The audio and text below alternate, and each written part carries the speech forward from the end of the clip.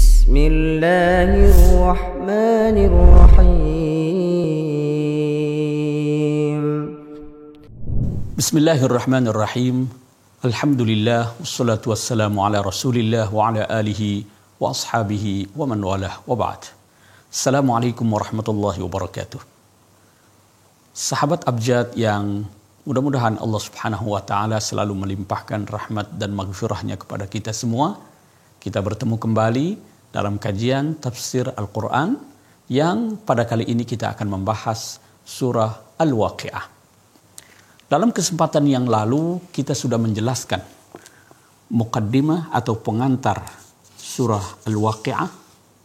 Kita bicara tentang nama surah tersebut, kemudian kandungannya secara umum, begitu juga kapan surah itu diturunkan, dan apa saja keutamaan dari surah Al-Waqi'ah atau surah yang ke-56 dalam urutan mushaf Al-Quran itu. Kali ini kita akan membahas kandungan surah Al-Waqi'ah, terutama pada kelompok ayat yang pertama. Dalam kesempatan yang lalu kita sudah jelaskan bahwa secara umum surah Al-Waqi'ah ini bisa kita bagi dalam 3 kelompok ayat. Itu kalau kita lihat ayat pertama sampai ayat yang ke-14 atau 15 itu berbicara tentang kedahsyatan hari kiamat dan bagaimana keadaan manusia saat itu. Lalu kemudian pada ayat ke-15 dan seterusnya itu berbicara tentang balasan yang akan diterima oleh golongan manusia yang tadi disebutkan ada 3 kelompok. Termasuk di situ nanti adalah bukti-bukti keniscayaan hari akhir. Dan pada bagian yang ketiga itu nanti diawali dengan ayat yang ke-75. Itu berbicara tentang Al-Quran sebagai risalah yang dibawa oleh Rasulullah sallallahu alaihi wasallam, wahyu dari Allah Subhanahu wa taala, dan ditutup dengan keadaan manusia saat sakratul maut. Nah, pada kelompok ayat yang pertama kita lihat mulai dari idza waqa'atil waqi'ah sampai kepada wa qalilum minal akhirin. Ini menjelaskan tentang pertama kedahsyatan hari kiamat itu. Bahwa kiamat itu pasti terjadi. Karena pastinya itu, maka di dalam beberapa ayat Al-Quran itu dikatakan ata amrullahi fala tasta'jiluh, seakan-akan sudah datang. Karena sesuatu yang pasti, dalam ayat lain dikatakan iqtarabatis sa'ah, hari kiamat itu sudah dekat. Padahal sekarang ini usia bumi kita itu kan sudah tua sekali, jutaan tahun. Bahkan kalau dihitung dari sejak masa kenabian, sekarang ini sudah hampir 1440-an tahun. Tapi kiamat pun belum tiba. Al-Quran mengatakan iqtarabatis sa'ah sejak 15 abad yang lalu. Padahal sampai saat ini belum tiba. Ini menunjukkan bahwa karena pastinya kedatangan hari kiamat itu Al-Quran menyebut dekat. Karena sesuatu yang pasti datangnya itu dekat. Idza waqa'atil waqi'ah. Saat kiamat itu terjadi, tidak ada lagi yang bisa mendustakannya. Tidak ada lagi yang bisa menolak. Tidak ada lagi yang bisa mengingkarinya. Laisa liwaq'atiha kadzibah. Dan saat kiamat itu, Allah Subhanahu wa ta'ala akan merendahkan, akan menghinakan orang yang sebelumnya saat di dunia mungkin dia merasa dirinya mulia. Dia mempunyai kedudukan yang tinggi. Tapi kemudian saat kiamat itu segala sesuatu dijungkir balikkan. Ada orang yang sebelumnya mulia, dia menjadi hina. Tapi ada orang yang dulu tidak terhormat, biasa-biasa saja. Tapi karena dia membekali dirinya dengan amal-amal soleh, dengan berbagai kebajikan, Al-Quran menyebutkan saat kiamat itu rafi'ah, khafidatun rafi'ah. Allah akan merendahkan, menghinakan mereka yang sebelumnya mulia di dunia ini, Tetapi karena hidupnya penuh dengan kemaksiatan, dia direndahkan oleh Allah. Tapi ada orang yang biasa-biasa saja. Bahkan dulu terlihat hina. Karena amal kebajikan yang dibawanya, dia dikatakan rafi'ah. Hari kiamat itu akan mengangkat derajat mereka itu. Kemudian pada ayat yang berikutnya, bagaimana fenomena alam saat kiamat itu terjadi. Idza rujjatil ardu rajja.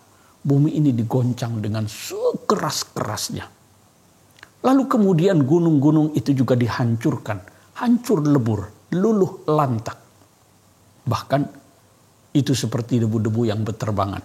Fakanat haba'am mumbatha.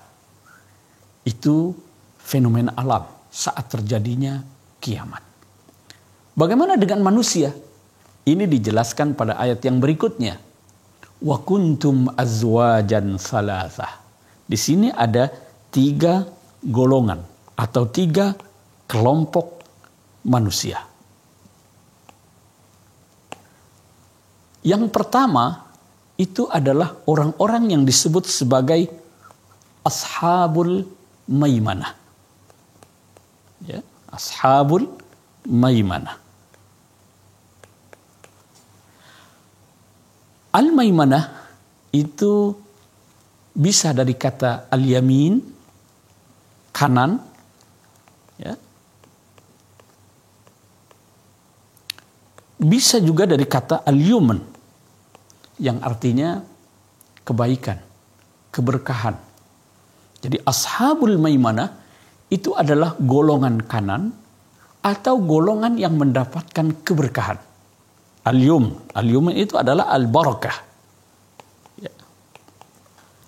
Disebutkan golongan kanan ini karena mereka itu nanti saat hari kiamat akan diberikan catatan amal kebajikannya itu dari arah kanan sebagai bentuk penghormatan. Ya. Atau mereka disebut golongan kanan karena berada di sebelah kanan arasy Allah Subhanahu wa taala.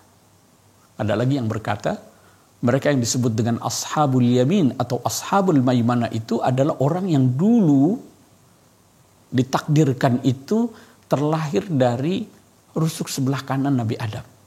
Ini menurut beberapa riwayat ya. Jadi mereka yang disebut sebagai ashabul maimanah ini. Siapa saja mereka itu? Memang di dalam surah Al-Waqiah ini tidak dijelaskan siapa saja orang yang disebut dengan ashabul yamin atau ashabul maimanah itu. Tetapi kita bisa menemukannya dalam surah yang lain karena Al-Quran itu yufassir ba'duhu ba'da. Antara satu dengan lainnya itu saling menafsirkan. Kalau kita tidak temukan di sini, itu ada penjelasannya di ayat atau surah yang lain. Tentang ashabul maimanah kita bisa temukan dalam surah Al-Balad. Mulai ayat yang 11, di situ dikatakan fakku raqabah falaqtahamal aqabah wama adraka mal aqabah fakku raqabah au it'amun fi yaumin dzi masghabah yatiman dza matrabah dan seterusnya sampai ayat ulaika ashabul maimanah. Jadi ashabul maimanah itu adalah orang yang menempuh jalan yang penuh dengan susah payah. Mereka itu adalah orang yang membebaskan budak, membantu fakir miskin, memelihara anak yatim, ya. Lalu kemudian selalu beramal saleh, selalu saling menasehati dalam kebaikan, dalam kesabaran. Itu ada kita temukan dalam surah Al-Balad yang ditutup dengan ulaika ashabul maimanah. Itulah orang-orang yang termasuk golongan kanan atau orang-orang yang diberkahi atau mendapat kebaikan nanti. Kemudian yang kedua, di sini disebutkan ada yang disebut dengan wa ashabul masy'amah. Ma ashabul masy'amah. Ini kata fa ashabul maimanah, ma ashabul maimanah, ini adalah bentuk ketakjuban. Begitu sangat mengagumkan keadaan orang-orang yang masuk dalam golongan ashabul maimanah ini. Begitu juga ketika Al-Quran menyebutkan ashabul masy'amah. Al-masy'amah. Ini yang kedua adalah ashabul masy'amah. Al-Masy'amah ini bisa dalam dua pengertian. Yang pertama adalah Ashabus Shimal. Ini kan dalam Al-Quran juga banyak dikemukakan. Ashabus Shimal, yaitu golongan kiri. Ya, golongan kiri itu karena mereka itu diberikan kitab catatan amalnya itu dari sebelah kiri. Sebagai bentuk penghinaan. Atau mereka berada di sebelah sisi kiri arasy Allah Subhanahu wa Ta'ala. Yang nanti akan dijerumuskan ke dalam neraka. Sementara ashabul yamin itu dimasukkan ke dalam surganya dari arah sebelah kanan. Itu kalau kita artikan al-masy'amah di sini sebagai golongan kiri dari kata shimal, ya, karena di dalam Al-Qur'an juga disebutkan begitu. Dan al-masy'amah itu bisa dari kata asyu'mu. Asyu'mu itu bisa bermakna sial, sengsara. Ya. Jadi mereka itu adalah orang-orang yang akan mendapatkan kesialan, kesengsaraan. Ya. Karena ketika di dunianya itu, kalau tentang ashabul masy'amah ini, dalam surah Al-Waqi'ah kita temukan penjelasannya. Mengapa mereka dikatakan sial? Mengapa mereka berada di arah kiri yang berarti mereka itu dihinakan? Pada ayat yang ke-45 ya, dari surah Al-Waqi'ah ini sampai nanti ayat yang ke-50 itu menjelaskan tentang siapa ashabul masy'amah ini. Mengapa mereka sampai begitu nasibnya? Itu nanti dijelaskan. Ashabus shimali ma ashabus shimal fi samumin wa hamimin wa zillim min yahmumin. Itu nasibnya. Mereka akan berada di bawah naungan yang sangat panas sekali. Ya. Lantaran apa? Lantaran innahum kanu qabla dzalika mutrafin. Mereka dulunya itu ketika di dunia hidupnya bermewah-mewahan. Bersenang-senang saja. Mereka lupa bahwa apa yang mereka miliki itu adalah milik Allah Subhanahu wa Ta'ala. Mereka harus mengikuti ketentuan dan aturan yang ditetapkan oleh Allah Subhanahu wa Ta'ala. Bermewah-mewahan itu membuat mereka sombong, membuat mereka angkuh, lalu tidak beriman kepada Allah Subhanahu wa Ta'ala. Wa kanu yusirruna 'alal hinsil 'azim. Terus mereka itu melakukan perbuatan-perbuatan dosa sampai pada tingkat mensekutukan Allah Subhanahu wa Ta'ala. Wa kanu yaquluna a idza mitna wa kunna turaban wa 'idhaman a inna lamab'utsun aw aba'una al-awwalun. Mereka ini juga mengingkari tentang hari kiamat. Mereka tidak percaya bahwa akan ada nanti yang namanya hari kebangkitan. Bagaimana mungkin orang yang sudah mati, sudah menjadi tulang belulang, bahkan sudah meninggal ribuan tahun yang lalu, kok bisa dibangkitkan kembali untuk dimintakan pertanggungjawaban. Satu hal yang berat. Maka di dalam Al-Quran itu banyak sekali penekanan-penekanan tentang hari akhir. Kenapa? Karena ini akan sangat mempengaruhi jalan hidup seseorang. Kalau orang itu percaya akan adanya hari akhir, dia akan mempersiapkan diri dengan berbagai amal kebajikan saat hidup di dunia. Mereka tidak mempercaya itu. Maka nasibnya sial, nasibnya sengsara. Mereka masuk dalam golongan ashabul masy'amah. Kemudian yang ketiga, kelompok yang ketiga, di sini ada disebutkan as-sabiqun. Ya.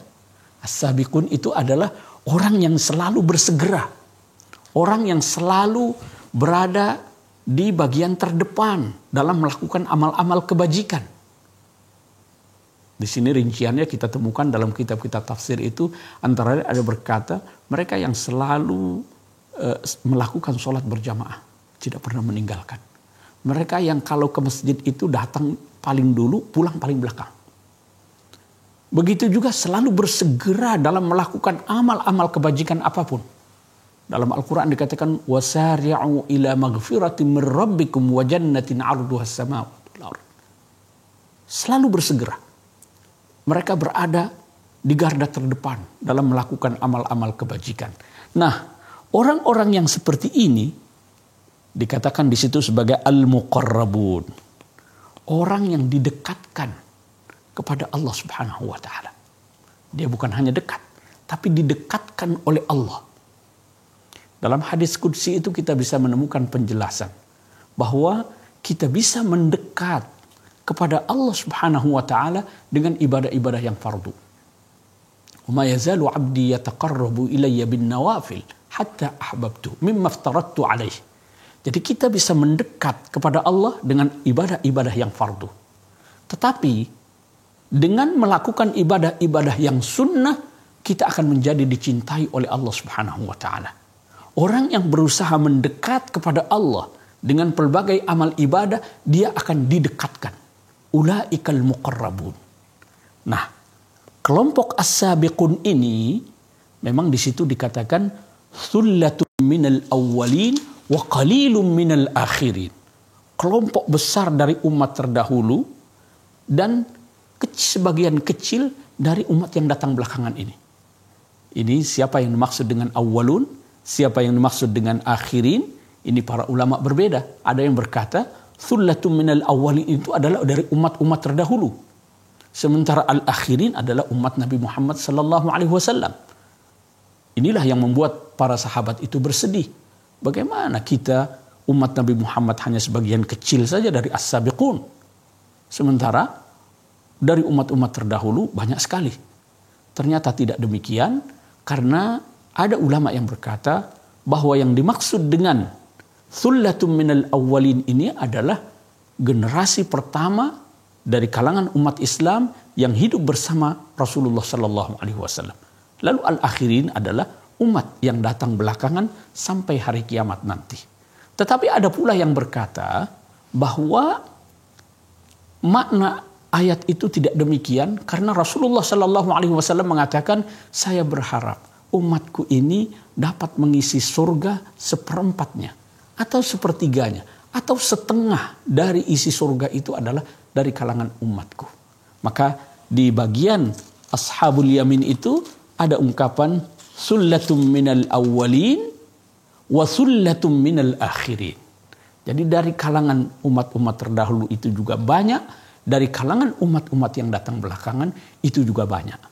Mudah-mudahan kita termasuk orang-orang yang ashabul maimanah, dan kita juga berharap mudah-mudahan kita sebagai umat Nabi Muhammad sallallahu alaihi wasallam yang masuk dalam kategori as-sabiqun al-muqarrabun.